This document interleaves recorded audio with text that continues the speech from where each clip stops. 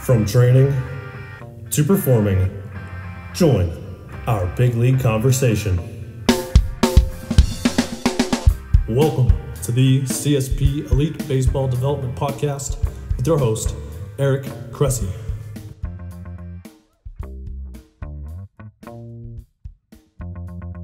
Welcome back to the CSP Elite Baseball Development Podcast. My name's Dakota Herman, and today we're going to be highlighting our best shows of 2021. Before we dive into it, though, let's hear a word from our sponsor. This episode is brought to you by Athletic Greens, the most comprehensive NSF certified for sport daily nutritional supplement I've ever tried. With so many stressors in life, it's difficult to maintain effective nutritional habits and give our bodies the nutrients they need to thrive. As a father of 3 young kids and a co-founder of multiple businesses in multiple states, on top of still being an avid exerciser, I know that busy schedules can really take their toll on us. Whether it's poor sleep, exercise or life stressors, environmental factors, or simply not eating enough of the right foods, we can wind up deficient nutritionally. This is where Athletic Greens can really help. It's a game-changing nutritional insurance policy. They simplify the logistics of getting optimal nutrition on a daily basis by giving you just one thing with all the best things. And that's why I use it daily and recommend it to our athletes. 1 scoop of Athletic Greens contains 75 vitamins, minerals, and whole food sourced ingredients, including a multivitamin, multimineral, probiotic, green superfood blend, and more. They work together to fill the nutritional gaps in your diet, increase energy and focus, aid in digestion, recovery, and supporting of a healthy immune system. This all can happen without taking multiple products. Most nutritional products come to market and stay stagnant. Athletic Greens continues to obsessively improve this one holistic formula based on the latest research, producing 53 improvements over the last decade. They invest in the most absorbable and natural source of each ingredient and go above and beyond in third-party testing to ensure their customers continue to receive the highest quality and best daily nutritional habit on the planet. It's lifestyle friendly, whether you're keto, paleo, vegan, dairy-free, or gluten-free, and contains less than 1 gram of sugar without compromising on taste. They put 75 ingredients through the NSF for Sport certification to come up with a formula that's trusted by some of the world's best athletes, including our own. Right now, Athletic Greens is giving our listeners 10 free travel packets with their subscription. Simply go to athleticgreens.com/Cressey to receive my offer. These travel packs are perfect for supporting your immune system, energy, and gut health when you're traveling for games, training, or simply when you're on the go. They can be a great counterbalance to less than ideal on-the-road food options. So if you want to bridge the gap between deficient and optimal and give yourself the best chance to get nutrient diversity, then head to athleticgreens.com/Cressey and get your 10 free travel packets today. Again, that's athleticgreens.com/Cressey, CRESSEY.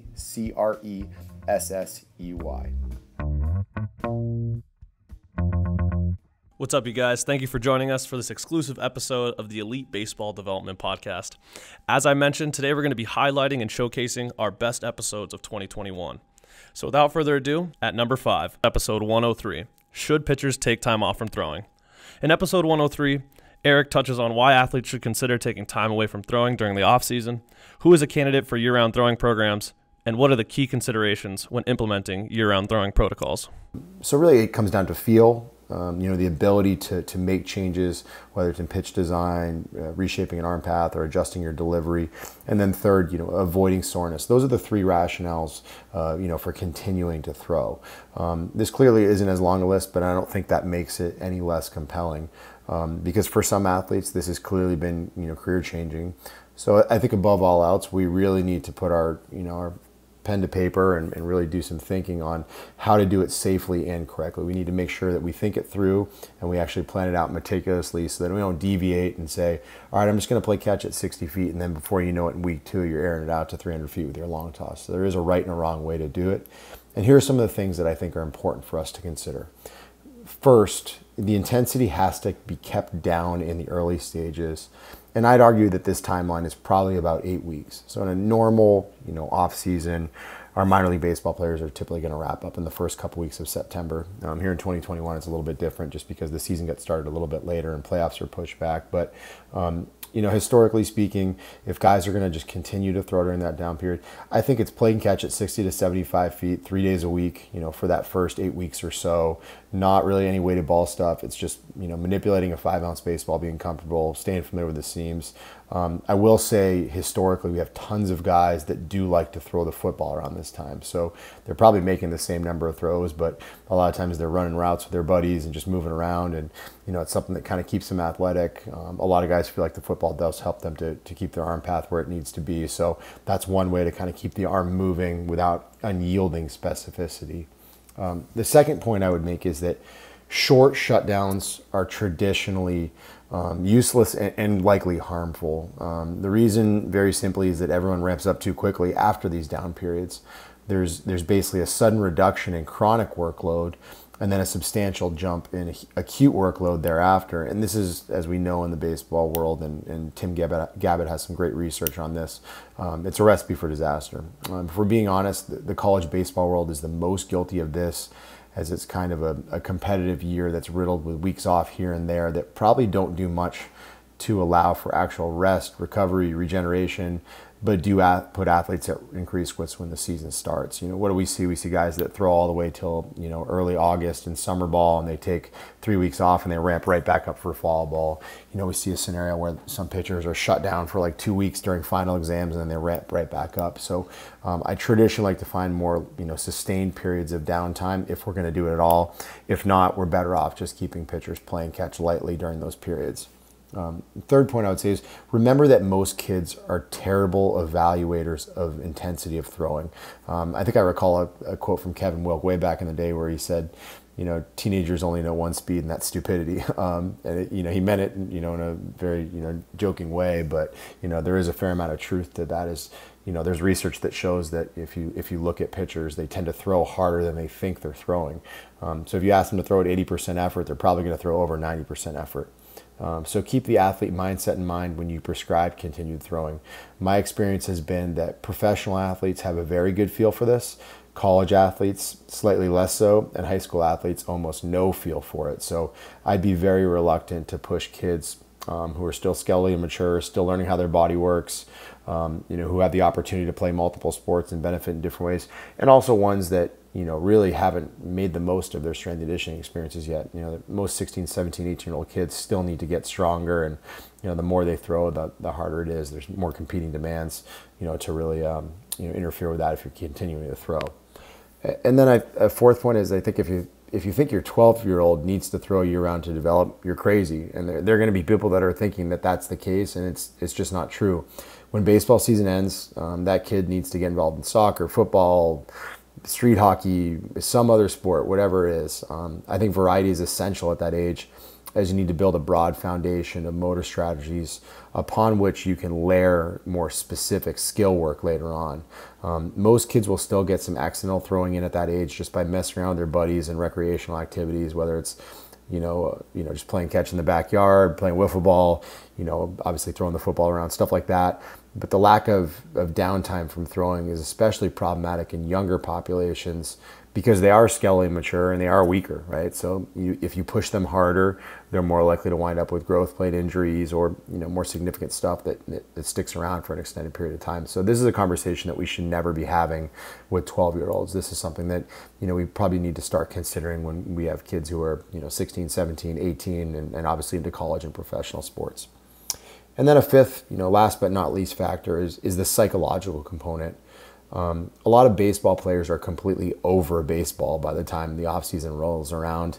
I think this is particularly true if they played for a team that wasn't in a playoff race, and obviously they were in the dog days of summer as it wound down, or if they played for a coach that wore them out and took the fun away from the game, and certainly guys who pitch career high in innings. I know the number of guys I've seen who have hit like 180 innings for the first time in professional baseball.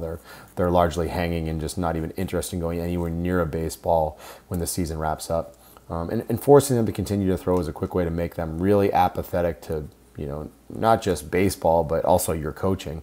If you need any proof, ask any minor leaguer how he feels about, being sent to instructs after 150 innings or something like that. I think historically a lot of, necessary work can certainly happen there, but that doesn't mean that guys necessarily enjoy it. It's why you see more and more teams getting away from this idea of a traditional instructs and instead letting guys start their off season and doing more camps throughout the off season as check-ins. It's just a way to keep people passionate about baseball without wearing them out when they've been on the road for an extended period of time and they're maybe a little bit banged up. So These are just 5 things that I think are really, really important for us to, to certainly appreciate. Next up in our Best of 2021 countdown, we have number 4, episode 96, Developing Pre- and Post-Throwing Routines with Tanner Allen. In episode 96, Tanner talks the most common mistakes players make during pre- and post-throwing routines, strategies for optimizing preparation for throwing sessions, and ways to improve recovery once done. Let's talk about the pre-throwing period first. So when you have athletes that come in to see you, whether they're, post-op Tommy Johns or they're, labor repairs or, anything, in the middle there, what are the biggest mistakes that you're seeing with, athletes of all ages, whether we're talking about 12-year-olds or whether we're talking about big leaguers that are coming your way with arm issues, stress fractures in their backs, whatever it may be when it comes to the pre-throwing routine? Yeah, that's a great question, and one that I have commonly thought about in my new role as a physical therapist at Diamond Physical Therapy within CSP. So I think it's important, first off, that have an understanding of what pre-throwing would be. Throwing is such a dynamic and forceful movement that you want to put yourself in a position to succeed before you start throwing. So for common pop-up mistakes that I would regularly see that I think that I would like to talk about would be, one is lack of time management.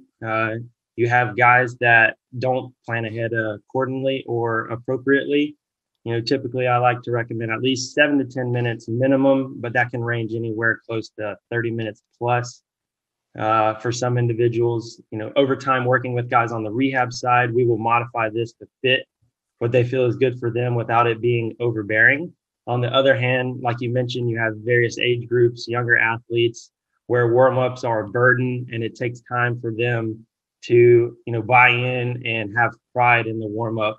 And unfortunately, I typically, if I'm seeing, those types of patient post-injury, they tend to listen a little earlier, which is a trend that I want to change and hope this podcast assists in doing so. Secondly, would be an inappropriate exercise for that individual. I see this every day where high school athletes trying to use heavy J bands compared to, using the simpler version of a junior J band, or they come in with overly complicated warm-ups that, are potentially seen on social media. Following along with that, you think about how high school warm-ups and things are structured with team circles, even, college and professional practices consisting of arm circles, toe touches, haphazardly done J-band movements, light sprints, and, voila, they're, ready to throw. None of this, takes into account the different body types or anything, the benefit of the doubt, though, to, the circular type warm-ups is there needs to be the camaraderie that comes with these environments. But, even if we could just get, the pitchers that have individualized routine is a great start. And then the third common mistake would potentially be the ordering of warm-ups. So you have guys that are jumping around from dynamic warm-ups to stretching to plyo balls, then going back to myofascial release, and then and that has absolutely zero structure. So that also could fit in a little bit with the inappropriate exercise domain, but it comes down to lack of knowledge on the individual's part. Something I love about CSP and the work that you have done and the coaches do is the great stepwise progression and warm up for strength training. I like to use that kind of mindset. Same thing for pre-throwing. And I'd say 80% of the cases I see that involve throwing, one of the first things I have to do is address the warm up in some capacity, in particularly the ordering.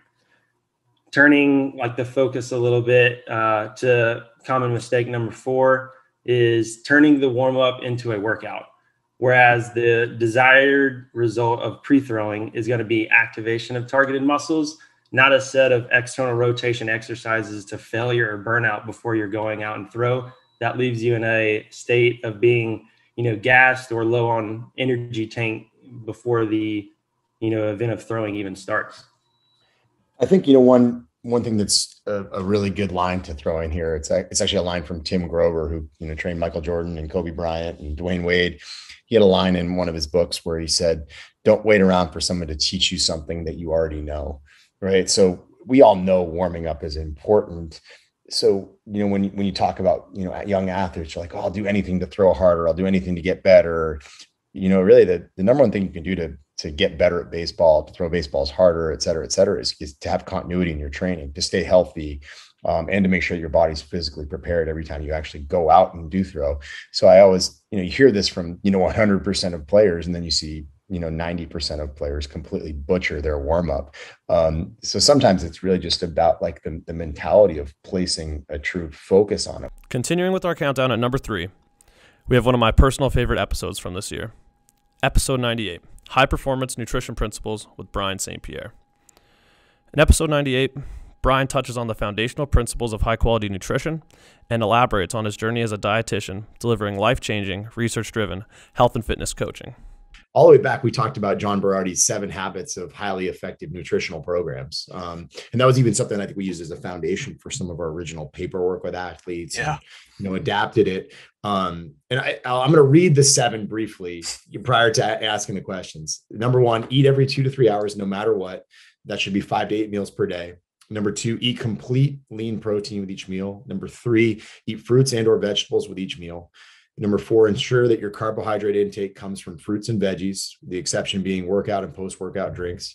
Number 5, ensure that 25 to 35% of your energy intake comes from fat, with it ideally split between saturates, monounsaturates, and polyunsaturates. Number 6, drink only non-calorie containing beverages, the best choices being water and green tea. Number 7, eat mostly whole foods. And I'm curious, as you listen to that, like, what's your initial gut take on it? Is it there a lot of maybe and it depends, or do you feel like that's still a really solid list to work from? I'd say it's still a mostly solid list to work from, right? Of course, as science moves on and as times change and our understanding evolves, there are some things I would certainly modify there. I'd probably flip number 1 and number 7 for sure, right? Whole foods would be the first thing we're focusing on. Mm-hmm. The exact number of meals you eat we thought was much more important than than it is today. Right. There was some early research that indicated, you should be eating more frequently and it can provide X, Y, and Z benefits. Subsequent research hasn't necessarily borne that out. But for athletes, you do need to eat on a regular basis to make sure you're getting enough in overall to support your output, right? Athletes are much more active than even just like your general active exercise person. Mm-hmm. So you definitely need to eat regularly to support that, but you need to eat every 3 hours, every 2 to 3 hours. No, it's probably a bit much. 3 to 5 meals per day is probably solid for most athletes, but protein, yes. Colorful fruits and vegetables, yes. The carbohydrate one for athletes, I would expand on that in particular, right? Like athletes, maybe not as much for baseball players. It's not as carbohydrate demanding of a sport as say something like soccer, right? Or basketball, where you're just moving consistently so much more. And it's about, intermittent, powerful expressions. So there's less carbohydrate demand, but still just, they play so many games. In practice, there is a grind element there. And so I would still expand the carbohydrates there a little bit. But for the most part, I'd say that's, accurate enough. Getting in plenty of healthy fats. I would probably simplify some of the language there. But on the whole, yes, you want to make sure you're getting in enough healthy fats to support hormonal health and immune health, particularly like omega-3 fats, so from fish and seafood. Those are the most important. And then, what was the 6th one again, Eric? Non-calorie containing beverages. Yeah, I mean, I would say that's definitely true for most people, depending on their goals. But if you have a young athlete who's looking to gain weight, well, high calorie drinks can be beneficial in that regard. But on the whole, those hold up, really well, considering that's probably 20 years old. Yeah, that was my take on it. It's shockingly good with some asterisks. Yeah, I mean, for something 20 years old, to hold up that well, I mean, it's what it tells me is that the deep underlying principles, like I've talked about, or those fundamental skills, for the most part, they don't change as we've come to understand them. Right, getting in protein, getting in fruits and vegetables, getting in adequate carbs for your activity, right, making sure you have enough healthy fats to support, immune health and hormonal health, drinking mostly calorie-free beverages and eating whole foods. Like, that's a damn good list of targets right there. And that's exactly what we try and teach athletes to do and all of our clients to do, whether you like to eat keto or plant-based or paleo. I mean, there's some things where we need to have conversations like, hey, you're a soccer player and you want to eat keto. Well, this might not work out so great. There's a conversation to be had there. But on the whole, we leverage those same kind of core principles and help any athlete do them and do them well, depending on their personal circumstances, values, and preferences. Bear with me now because we're almost to our number 1 spot. At number 2, we have episode 90, Understanding Asymmetry, with founder of PRI, Ron Ruska. In episode 90, Ron shares insights on the origins of PRI, how polyarticular chains impact movement, and what to do when we observe common postural adaptations in athletes. That's a cool segue into what I was kind of brainstorming on. I mentioned anatomy as being one of the big draws for me initially, but I think the other thing that was intriguing with respect to, my initial PRI coursework and certainly, a lot of the stuff that gets discussed among those who are familiar with the methodology is there was a relationship among the body systems. This was not just an orthopedic approach. This was not conventional physical therapy, therapeutic exercises alone. It was, I expected to be attending a musculoskeletal conference, and instead I wound up with an education on everything from the sympathetic nervous system to the respiratory system and just about everything in between. So can you speak to these relationships and how PRI aims to impact this, synergy across these systems to, not just make people feel better, but also, optimize performance?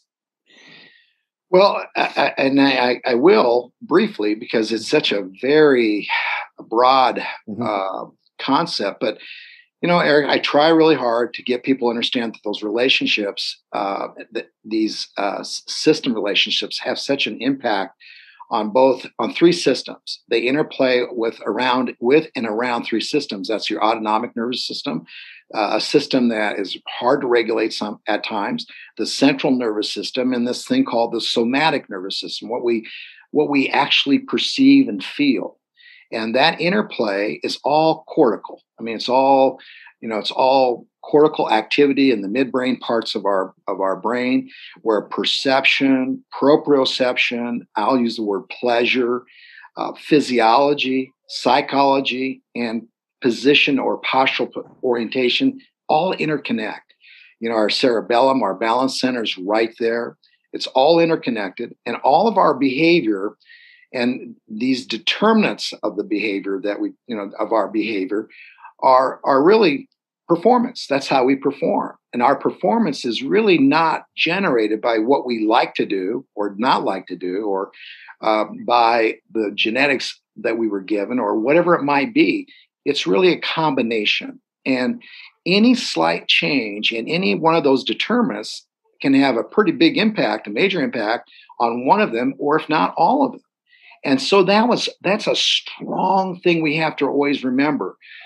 We are better when we work with more people with different thought processes, scientific backgrounds, disciplinary mindedness. We're much better.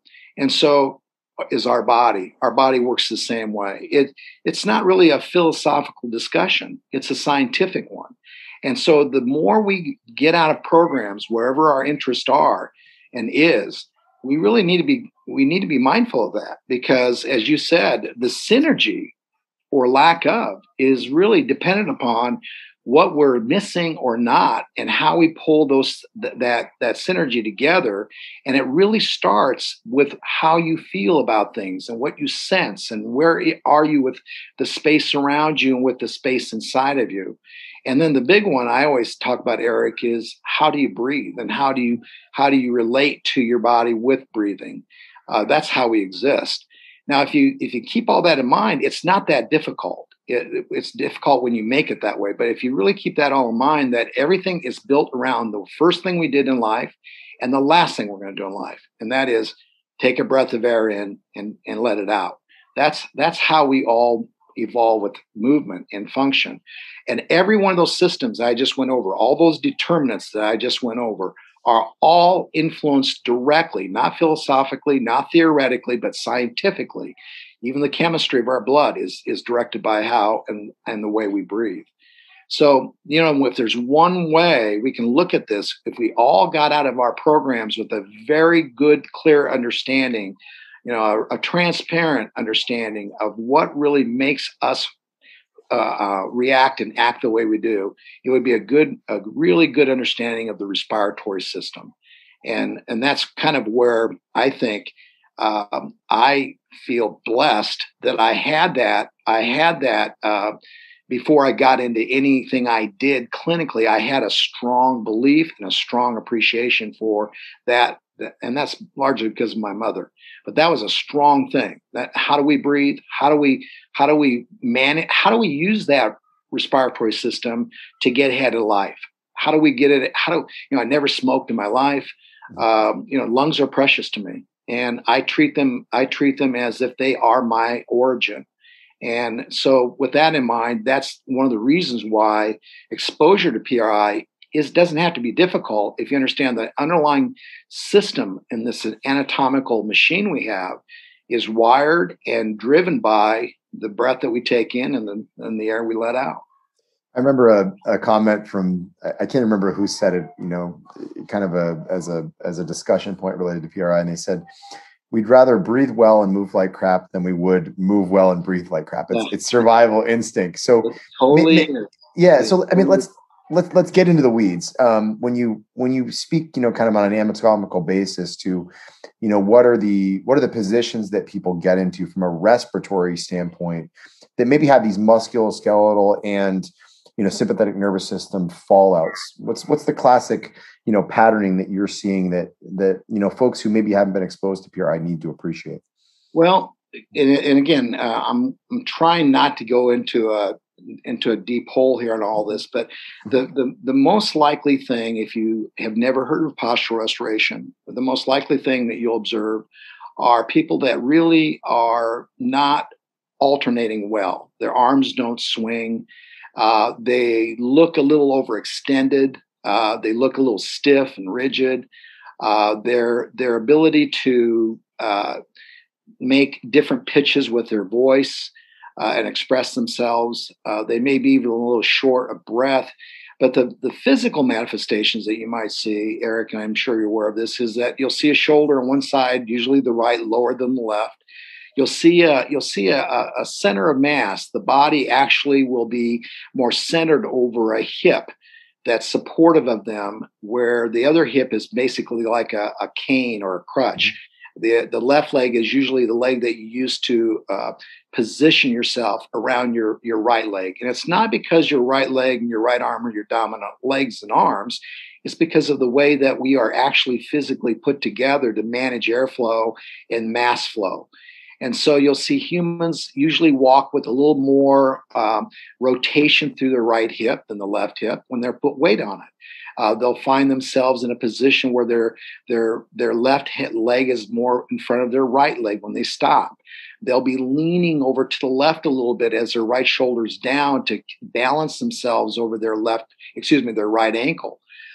Their arm swing on the right side may not be moving back as much as it's moving forward, whereas the one on the left is moving back more than it's moving forward because they're trying really hard to get their upper body to, coordinate itself over the floor that they're standing on the right, more so than the left.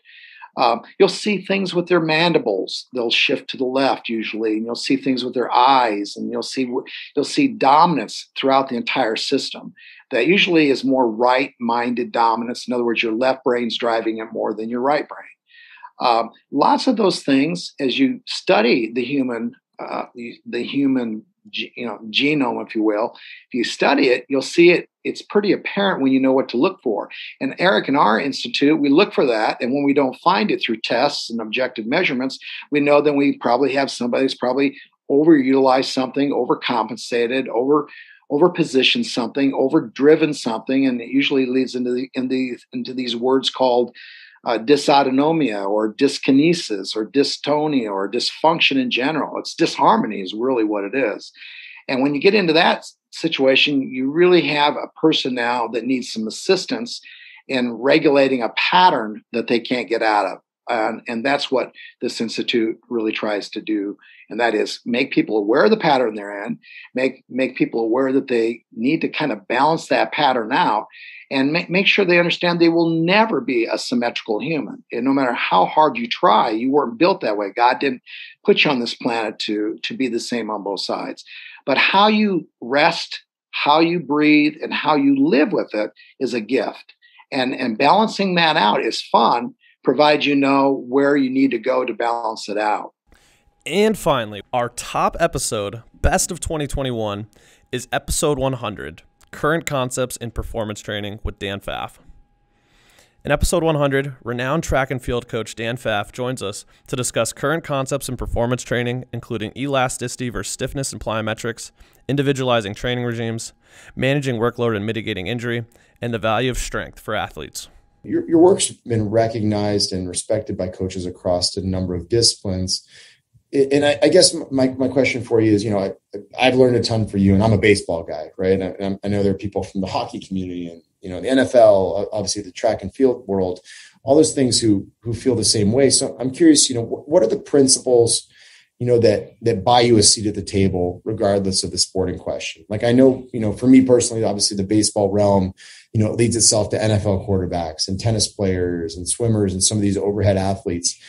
Do you find that there are certain principles, and maybe it's the communication, piece that we just discussed, that kind of do buy you a seat at that table, regardless of the sport in question?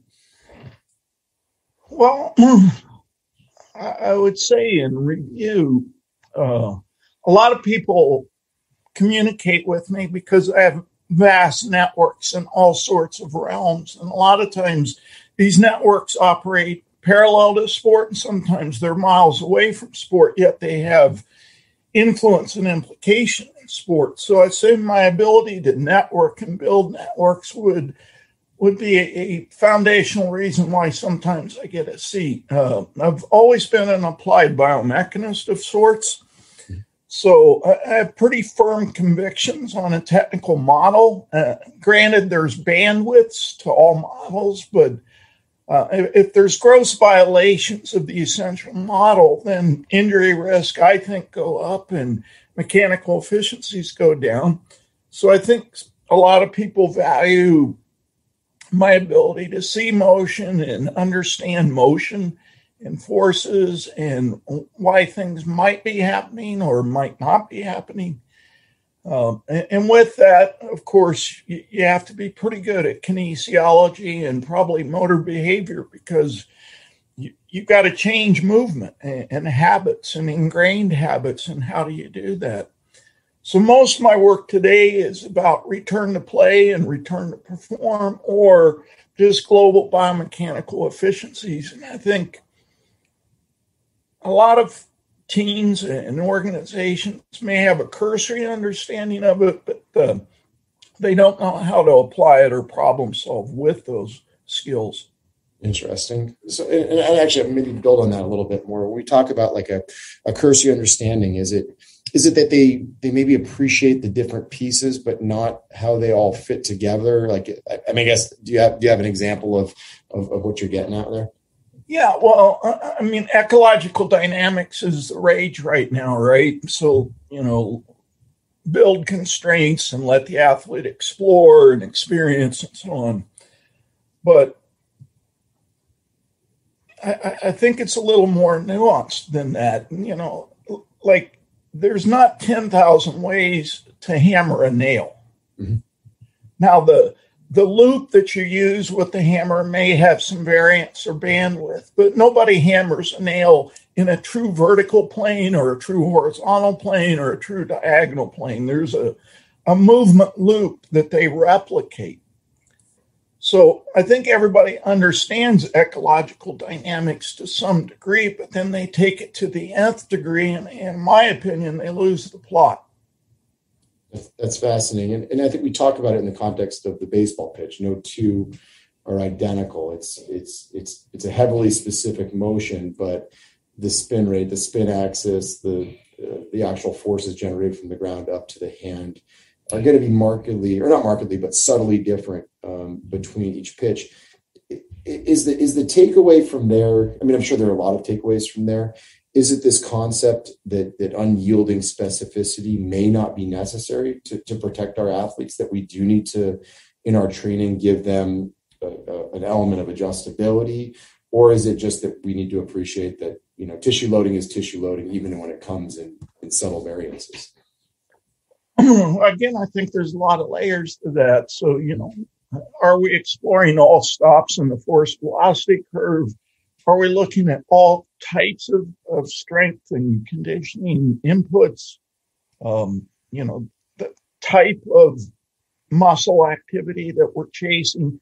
I think it's real easy to get biased, whether intentionally or unintentionally, with our prescriptions and our paradigms and our ideology. And, I kind of use the analogy. I want a big toolbox with a lot of tools, and it's my job to figure out when to use tools in a timely manner at the appropriate moment. That's a great point. And it actually kind of leads to my next question. And we had a good exchange, I think it was back in January, and we were talking about in-season training and its relationship to injuries, and more specifically muscle versus tendon injuries. And you commented on how in the track and field community, some of the most significant injuries often happen, and this is somewhat counterintuitive, during the taper period. So and not only that, they're a unique type of injury. So can you maybe elaborate on those findings and then maybe even attempt an explanation on the why behind them?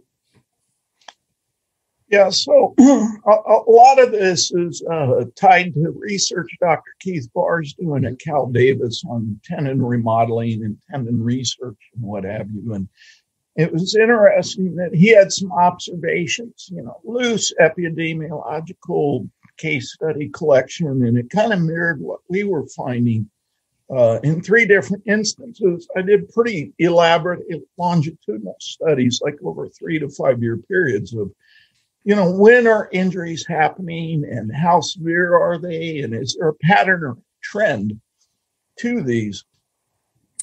And what we were finding is some of the most severe and the most reoccurrent injuries were happening in season, especially around championship time when people were tapering. And usually in the taper, what happens in our sport is people stop lifting, or they go to maintenance lifting, or, just select a few exercises for some rationale.